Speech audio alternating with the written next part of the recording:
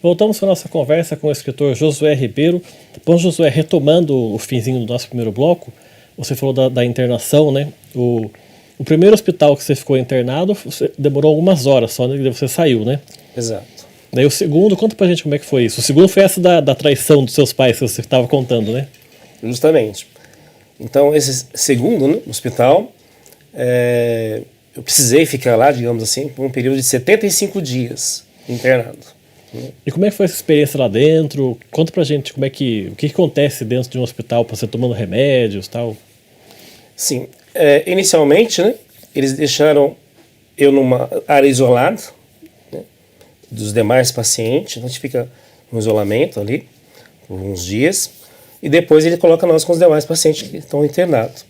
Essas primeiras horas que eu fiquei ali nesse isolamento foram difíceis, né? Estava tentando entender por que eu estava ali. Depois que eu passei a associar com os demais pacientes também, a convivência era uma convivência difícil, porque cada pessoa ali tem um problema, um trauma que está lidando, né? Uma certa debilidade. Então era algo muito agitado. Você está como se se sentisse preso, uma cadeia, né? Todo fechado, com grades para todo lado. E alimentação ali, né? Restrita, que eles forneciam, né? Restrita assim, uma alimentação que eu não era acostumado no meu dia a dia, então tinha que comer o que era fornecido pelo hospital. Usava-se medicações para poder acertar, né? Então a troca de medicação era constante, até ver qual era a medicação mais acertada. Havia pacientes mais agitados que queriam bater nos outros pacientes, então várias vezes tentaram me bater, às vezes até me bateram, então, tinha que ficar meio pelo canto, me prevenindo daquela situação, né? E também a minha vontade não era ficar ali, entendeu? A minha vontade era sair dali, porque eu não devia estar ali, no meu conceito, né? E numa dessas vontades de não ficar ali, eu tentei fugir dali. Eu esquematizei na minha cabeça, acho que passando por aqui ali, eu escapo daqui. E tentei fugir realmente, para minha infelicidade, né? Porque depois que eu ganhei o caminho do corredor, eu consegui, numa boa trajetória, numa boa corrida, chegar até a saída do portão.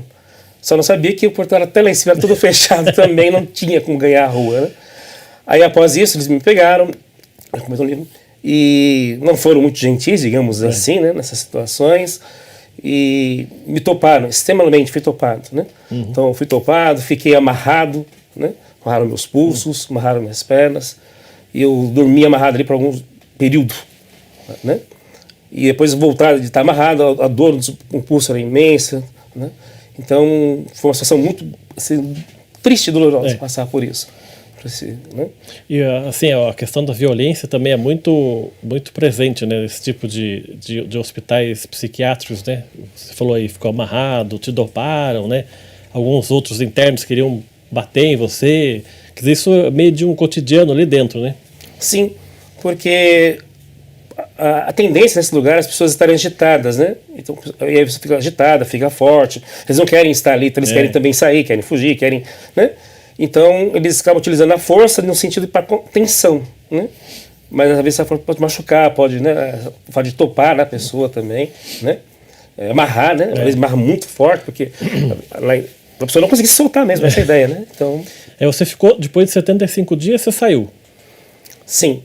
Só que como funciona uma internação psiquiátrica para as pessoas conhecerem, né? Então, o paciente, quando vai para um hospital psiquiátrico, a ideia deles é recuperar a pessoa, o médico, a família. Então, a ideia é essa, recuperar a pessoa. Então, eles vão estar com medicações e vai acompanhando como vai evoluindo essa pessoa, né? Se ela está melhorando, se ela está reagindo. Só que daí o que acontece? Tem um protocolo, eles não podem pegar um paciente de psiquiatria, por exemplo, e já deixar ele sair para viver o seu dia cotidiano, entendeu? Embora essa seja a vontade da família, dos médicos e do próprio paciente.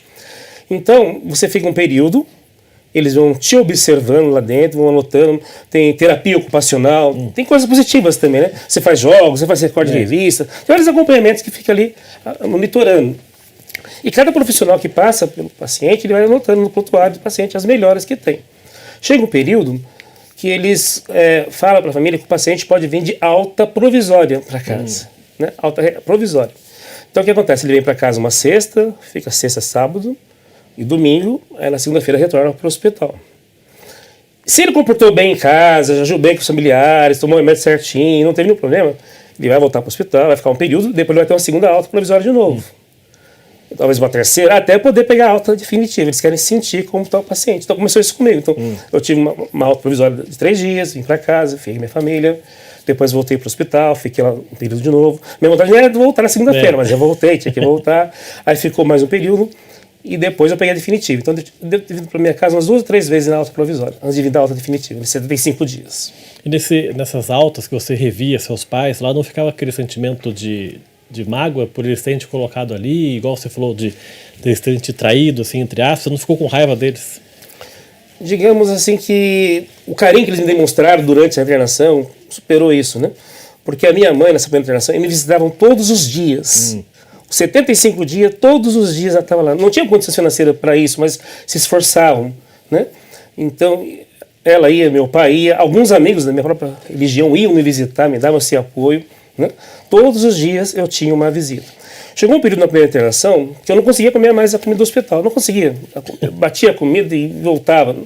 A minha mãe fazia uma marmitinha para mim em casa, arrozinho com ovo, assim, e levava o meu almoço para mim na hora da visita. Aí eu ia comer, eu disfarçava só na bandeja lá que estava comendo, eles não pegarem no meu pé, mas aí eu comia a comidinha que ela me levava nas visitas, todos os dias, né? Aí teve uma que ela não pôde ir, todos os dias ela não pôde ir, ela pediu para um amigo ir, e ele foi lá, comprou uma coca para mim, uma coxinha na cantina. Então, assim, o carinho foi muito grande. Você estava amparado ali, né? Amparado. Daí, então, você sai depois de 75 dias. Mas só que você teve uma outra internação depois. Como é que foi? Como é que aconteceu essa terceira internação? Tá, só um detalhe que eu acho importante contar. Por que eu tive a primeira internação, né? E também essa terceira, né? Então, quando eu comecei o meu primeiro tratamento ali com o psiquiatra, e entrou com uma medicação específica para mim, eu tomei a medicação em casa no primeiro momento, por 1 ano. Então, eu passei por um hospital, né? Fiquei só algumas horas e tomei a medicação por 1 ano. E o próprio psiquiatra foi retirando meus remédios gradualmente. Ele foi tirando, até zerar, porque ele imaginava que seria tudo bem. Quando tirou o medicamento, eu tive uma crise depressiva, vamos dizer, né? Uma crise de ativação. Essa crise me levou, né? Para uma segunda internação. E depois que eu fiquei 75 dias, peguei a alta novamente, voltei para minha casa, fiquei com medicação por mais um período, e após 1 ano, retirou-se novamente a medicação. Aí teve a terceira crise de internação. Depois que tirou de novo a medicação, você teve outra recaída na depressão. Porque tem uma depressão, eu vou falar um pouco sobre isso, que tem a depressão bipolar. E a depressão bipolar, ela precisa ser medicada constantemente, entendeu?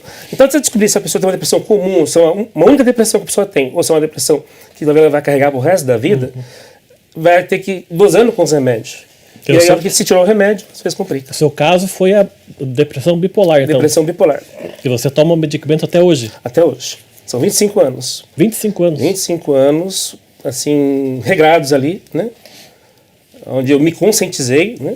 Conscientizo outras pessoas sobre esse assunto também, essa importância da medicação, a importância de procurar essa ajuda, por causa da depressão bipolar. A depressão bipolar é onde a pessoa tem períodos de depressão, tristeza profunda, intensa mesmo, e tem picos de energia, agitação, coordenação, fala, ação, né? E ela fica oscilando. Às vezes um período é estável, um período lá em cima, um período embaixo. Então, com a medicação a pessoa fica estabilizada. E aí, como é que foi o processo para escrever o livro aqui? Vou mostrar o livro para a câmera. O livro Sobrevivi, né, o caso da sua depressão. Como é que foi? Você teve essa ideia, vou pôr no papel e vou contar os detalhes do que aconteceu comigo. Como é que foi esse processo para você até ter a ideia de escrever o livro? Exato. Então, essa ideia, ela nasceu inicialmente, né? Quando eu já tinha passado, talvez pela segunda internação, eu tinha voltado para minha casa, e eu tive acesso a uma publicação, uma revista, que minha mãe me compartilhou, ela até chama Despertar, essa revista, que fala como combater a depressão. E ela guardava muito tempo com essa revista com ela, era de 82 essa revista. Nossa. Isso aconteceu no ano 2000, nós estamos em 2005. E ela me compartilhou essa revista. Então, no que eu li, devorei essa revista, eu achei ali um caminho. Né? Eu achei um caminho, achei uma luz para esse assunto. E aí, o que eu decidi? Na mesma hora que eu estava lendo a revista, eu falei, vou escrever um livro. Do nada veio essa ideia, vou escrever um livro que fala sobre depressão. Então, eu comecei a redigir, contando um pouco da minha história, que está acontecendo ali, e um pouco do artigo da Despertar. Então, eu fui transcrevendo muito parte do artigo no livro. Né? Então, assim nasceu essa ideia de escrever esse livro. Aí depois eu escrevi bastante coisa na mesma época, então tem trecho aqui do meu livro que eu falo que eu estou escrevendo um período que eu estou sedado, né? Estou em tratamento, estou afastado e estou escrevendo, estou relatando ali. E eu escrevi 90% do livro durante esse período. Aí depois de um período que eu fiquei bem recuperado, eu guardei o livro, achei que era só para mim, não iria publicar, não queria me expor, digamos assim, né? E ficou por muitos anos guardado. Mas dentro de mim tinha José, por que você não publica esse livro? Você escreveu um livro, publica esse livro. Mas eu relutava, achava que as pessoas iam ter discriminação, eu achava como seria a aceitação. Então, por muitos anos, eu relutei. O preconceito é muito grande com quem tem depressão, né? Sim. As pessoas ficam assim meio distantes, acham que é uma pessoa doente, né? Que é uma pessoa meio louca, daí afasta, né? Sim.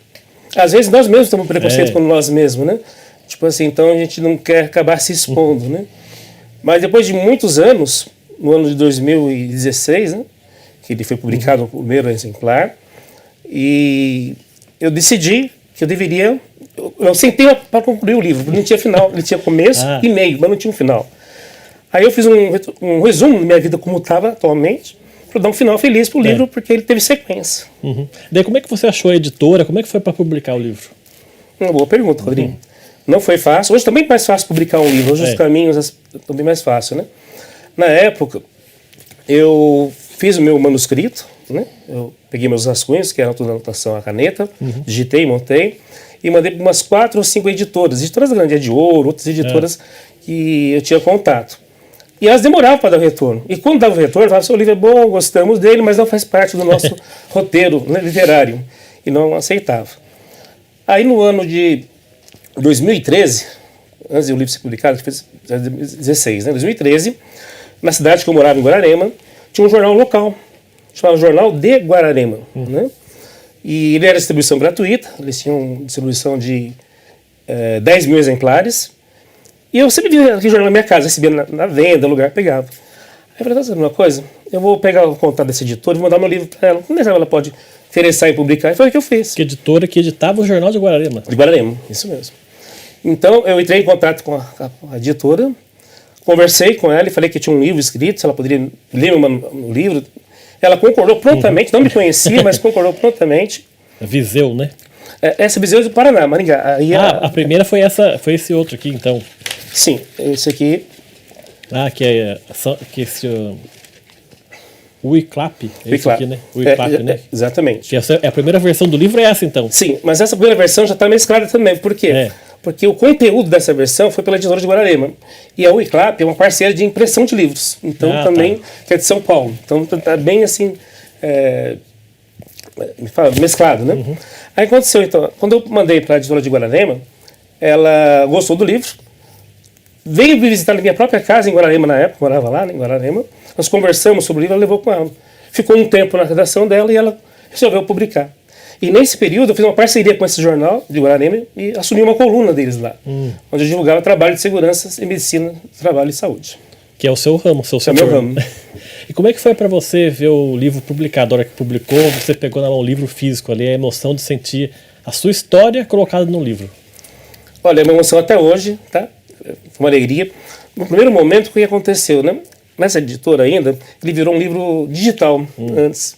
Ele foi por 3 anos um livro digital. E-book. E-book. Então ele virou um e-book, primeiro a editora não pôde, né? Nem eu tinha condições de financiar o livro, então virou um digital por 3 anos.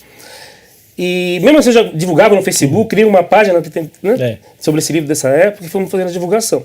E quando foi em 2019, eu tive a alegria de fazer uma outra parceria e fazer ele impresso assim. Primeiro ele virou assim, físico, né? Primeiro ele foi físico assim. 2019. E 2023, para essa nova editora que é o ICLAP, eu fiz a matriz. Então, para poder... Aqui nós trocamos de capa, a editora mudou um pouco ele, entendeu? Repaginou, digamos assim, né? Tá certo, a gente vai continuar com esse papo sobre o livro e as experiências do Josué no próximo bloco. O Gente em Destaque volta daqui a pouco. Até já.